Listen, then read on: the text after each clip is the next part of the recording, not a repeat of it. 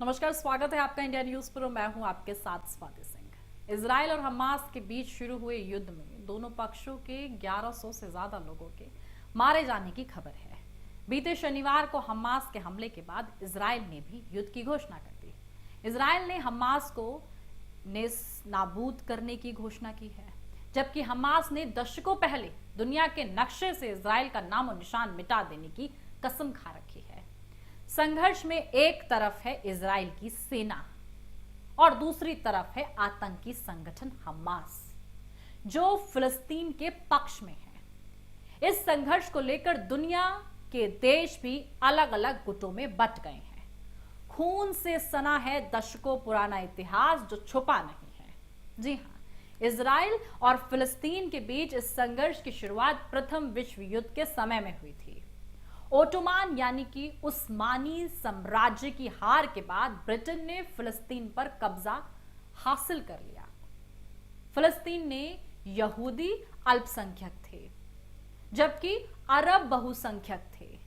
अब अंतरराष्ट्रीय समुदाय ने ब्रिटेन को फिलिस्तीन में यहूदी मदरलैंड बनाने का काम सौंपा था। इधर ब्रिटिश शासन ने बल्फोर घोषणा की, जिसमें फिलिस्तीन में यहूदियों के लिए एक अलग राज्य बनाने के लिए अपना समर्थन देने का संकेत दिया। इसमें कहा गया कि ऐसा कुछ भी नहीं किया जाएगा जो यहां मौजूद गैर यहूदी समुदाय के नागरिक और धार्मिक अधिकारों के खिलाफ हो। अब 1922 और 1947 तक पूर्वी और मध्य यूरोप से यहूदियों का पलायन बढ़ गया, क्योंकि युद्ध और फिर द्वितीय विश्व युद्ध के दौरान यहूदियों को उत्पीड़न और अत्याचारों का सामना करना पड़ा। फिलिस्तीन के लोग शुरू से ही यहूदियों को बसाने के खिलाफ थे। इधर 1929 में हेब्रोन नरसंहार में बहुत सारे यहूदी मारे गए थे। ये दंगा यहूदियों को बसाने के खिलाफ हुए फिलिस्तीनी दंगों का एक हिस्सा था। फिलिस्तीन में जैसे जैसे यहूदी बढ़ते गए, कई फिलिस्तीनी विस्थापित होते गए और यहीं से दोनों के बीच हिंसा और संघर्ष की शुरुआत हुई। 1947 में संयुक्त राष्ट्र ने फिलिस्तीन और यहूदी और अरबों के लिए दो अलग अलग राष्ट्र में बांटने का प्रस्ताव पास कर दिया।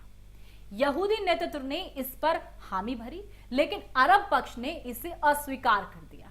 इजराइल बनते ही संघर्ष शुरू और ब्रिटिश शासन दोनों के बीच संघर्ष खत्म करने के नाकाम रहा और पीछे हट गया।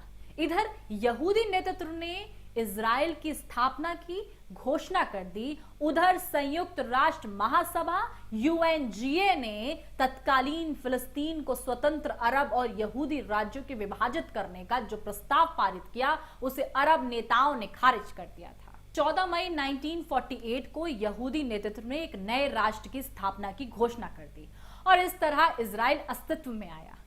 इसी साल कई अरब देशों ने इजराइल पर हमला बोल दिया।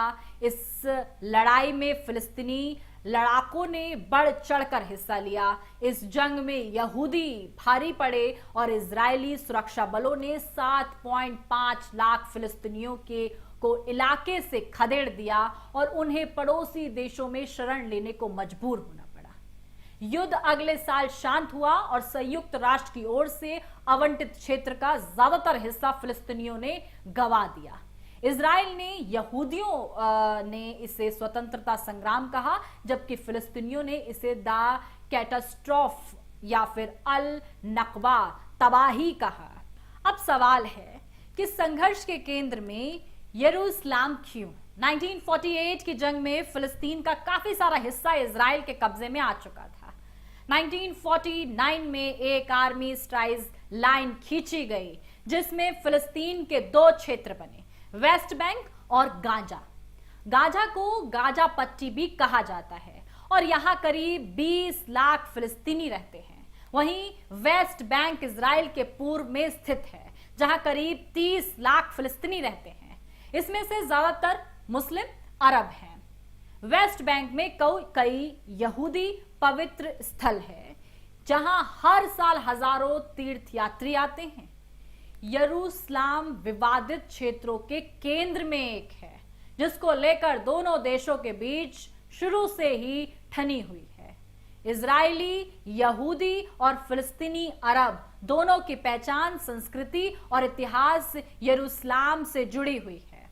दोनों की इस पर अपना दावा करते हैं।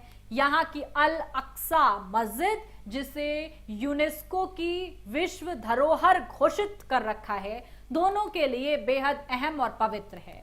इस पवित्र स्थल को यहूदी टेंपल माउंट बताते हैं, जबकि मुसलमानों के लिए ये अल हराम अल शरीफ है। यहां मौजूद डोम ऑफ द रॉक को यहूदी धर्म में सबसे पवित्र धर्म स्थल कहते हैं, लेकिन इससे पैगंबर मोहम्मद का जुड़ाव होने के कारण मुसलमान भी इसे उतना ही अपना मानते हैं। इस परिसर का आपको बता दें मैनेजमेंट जॉर्डन का वक्फ करता है, लेकिन सुरक्षा इंतजामों पर इजराइल का अधिकार है। अल अक्सा मस्जिद परिसर को लेकर लंबे समय से दोनों देशों के बीच विवाद होता रहा है। 2 साल पहले 2021 में 11 दिनों तक खूनी संघर्ष हुआ था, जिसमें कई जाने गई थी। यहां मुस्लिम नमाज पढ़ सकते हैं, लेकिन गैर मुसलमानों को यहां केवल एंट्री मिलती है, लेकिन इबादत करने पर पाबंदी लगी है। पिछले दिनों यहूदी फसल उत्सव, आपको बता दें, जिस तरीके से सुकैट के दौरान यहूदियों और इजरायली कार्यकर्ताओं ने यहां का दौरा किया था, तो हमास ने इसकी निंदा की थी। हमास का आरोप था कि यहूदियों ने यथास्थिति समझौते का उल्लंघन यहां प्रार्थना की।